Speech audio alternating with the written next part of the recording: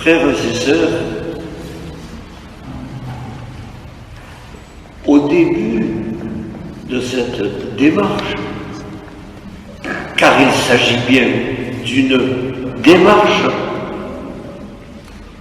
et qui plus est personnelle. Le poids des habitudes ne doit pas nous inciter à prendre un air morose, comme s'il s'agissait de réentendre chaque année les mêmes discours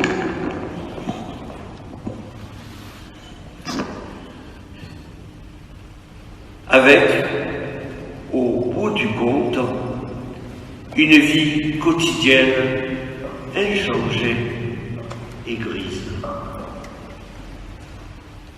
L'Église, au départ de cette nouvelle marche, nous fait prier en ces termes. Accorde-nous, Dieu Tout-Puissant, de progresser dans la connaissance de Jésus-Christ et de nous ouvrir à sa lumière par une vie de plus en plus fidèle. Dans notre société, en but à toutes les difficultés possibles et imaginables, notre démarche spirituelle est là, et bien là, et de plus en plus fidèle.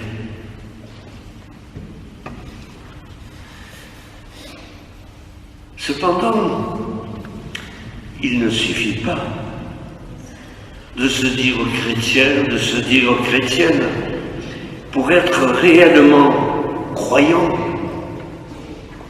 croyante et disciple de Jésus.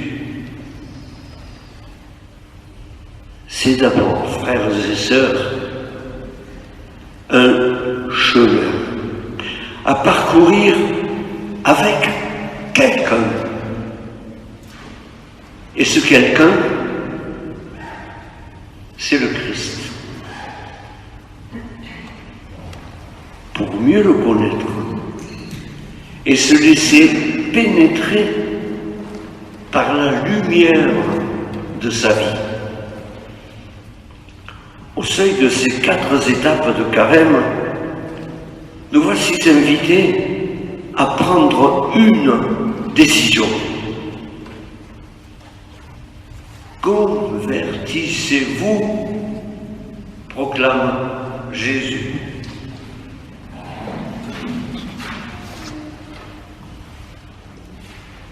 Le moment est venu de faire le point, de nous interroger sur l'offre que Dieu fit à chacun et chacune d'entre nous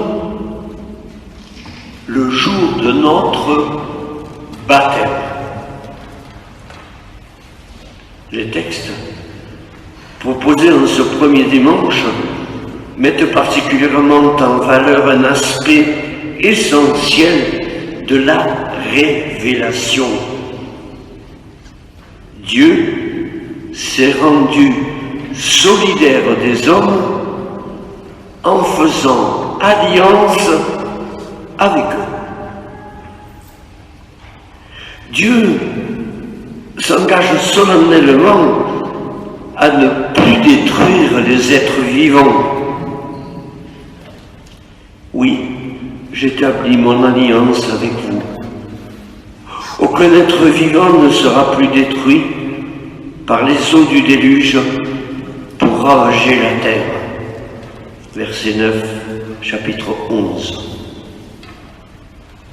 Frères et sœurs, le bon Dieu, dans son ordinateur céleste, ne déclenche aucun cataclysme, aucun bouleversement climatique. Les inondations, les cataclysmes de toutes sortes qui ravagent notre planète ne sont pas l'œuvre de Dieu, mais bien de l'inconscience de l'homme pour gérer les problèmes engendrés par l'homme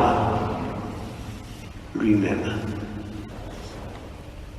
Par cet engagement, Dieu décide unilatéralement qu'il ne châtiera plus les méchants. L'amour de Dieu pour le monde est bien plus fort que l'injustice qui le déchire. Au péché, Dieu n'oppose pas le châtiment, mais la miséricorde. Elle est patiente et ne désespère pas du pécheur. Dieu inscrit également au cœur de sa création une espérance indéfectible. Même si les hommes sont capables de se détruire entre eux, nous devons croire envers et contre tout que l'humanité pécheresse n'aura pas raison de l'infinie patience de notre Créateur, qui est aussi, ne l'oublions pas, notre Sauveur, qui ne saisit pas la force du message qui nous est proposé. Aurions-nous à avoir sur le monde et sur tout homme le même regard que Dieu? Saurons-nous accueillir ce message pour nous-mêmes? C'est avec de telles dispositions qu'il sera possible de mettre en pratique l'envoi du Christ au terme du passage d'évangile selon saint Marc de ce jour. Convertissez-vous et croyez en la bonne nouvelle.